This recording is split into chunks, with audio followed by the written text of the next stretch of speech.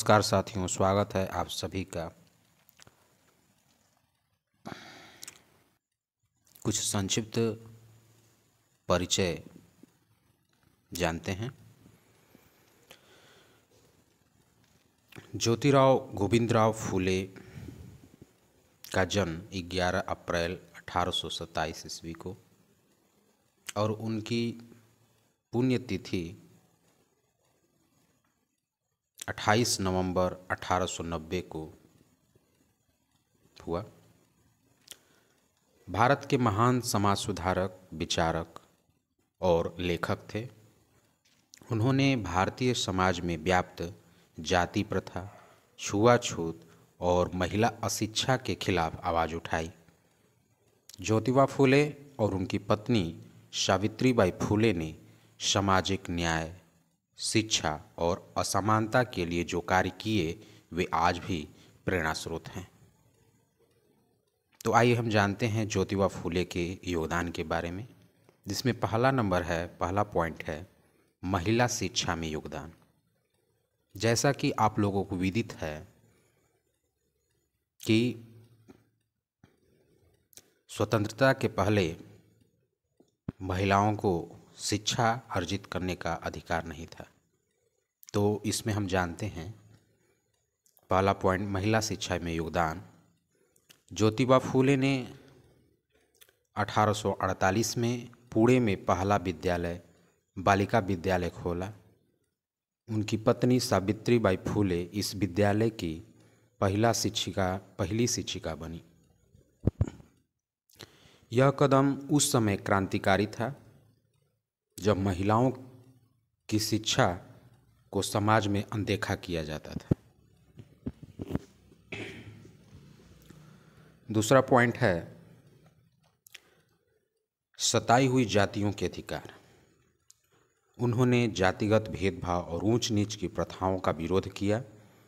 सत्यशोधक समाज की स्थापना सन 1873 के माध्यम से फूले ने पर समाज में व्याप्त सामाजिक भेदभाव से परिचित थे, लेकिन कभी सामना नहीं किया। सर्वप्रथम उनको इस सामाजिक भेदभाव का सामना तब करना पड़ा जब वो अपने खास मित्र, ब्राह्मण मित्र के बारात में जा रहे थे।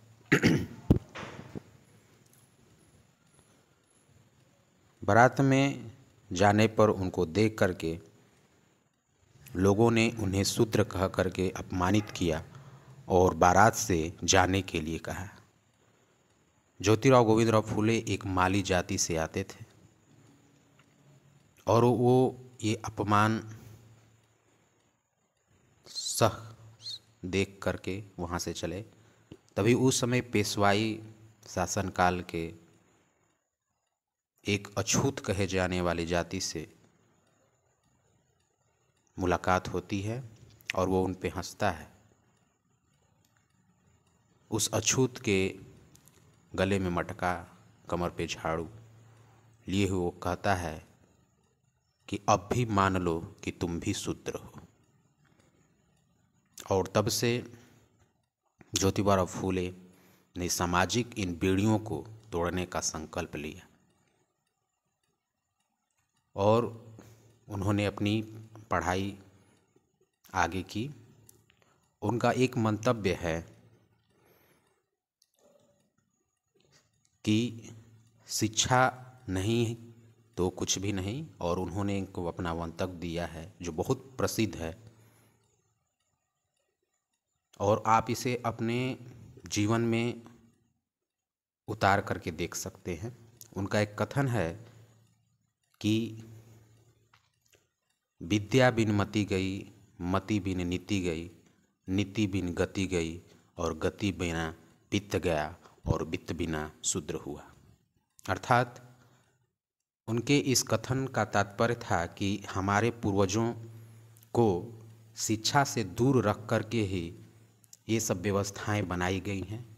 जब तक हमारा समाज और भारतीय समाज शिक्षित नहीं होगा तब तक ये हम पे अत्याचार होते रहेंगे। और इसलिए उन्होंने शिक्षा की ज्योति जलाई और सर्वप्रथम अपने पत्नी सावित्रीबाई फुले को पढ़ाया और भारत की पहली महिला शिक्षिका बनाया। तो आज